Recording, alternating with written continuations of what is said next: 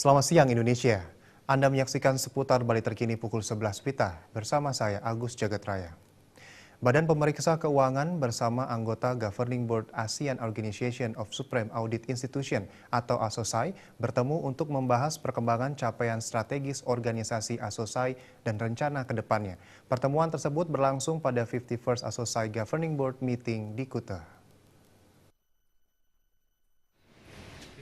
Ketua BPK RI Hari Azhar Aziz mengatakan kegiatan ini diikuti oleh anggota Governing Board dari 11 Supreme Audit Institution atau SAI, yaitu India, Indonesia, Jepang, Korea, Malaysia, Nepal, Pakistan, Saudi Arabia, Thailand, Turki, dan Vietnam, Audit Komite SAI Jordania dan Mongolia, serta Observer SAI China, ID, dan ASEAN SAI. Pertemuan ini membahas laporan keuangan ASOSAI tahun 2016, penyusunan rencana anggaran multi tahun 2018-2020, pengembangan kapasitas ASOSAI, progres pencapaian strategis ASOSAI tahun 2016-2021, jurnal, kerjasama ASOSAI dengan organisasi regional, serta laporan dari kelompok kerja dan komite. BPK RI memiliki peran strategis dalam pembuatan kebijakan ASOSAI, berpeluang ikut menentukan keputusan strategis, serta mempromosikan organisasi dan kegiatan ASEAN SAI di forum yang lebih besar.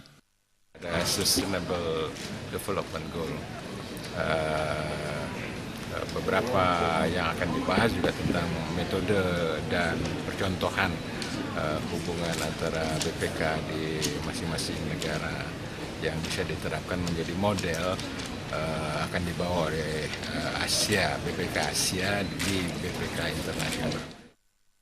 Selain akan memilih Ketua ASOSAI periode 2021 hingga 2024 dan Sekjen ASOSAI 2018-2021, seluruh bahasan dalam pertemuan ini sesuai dengan tujuan ASOSAI, yaitu meningkatkan pemahaman dan kerjasama di antara anggota institusi.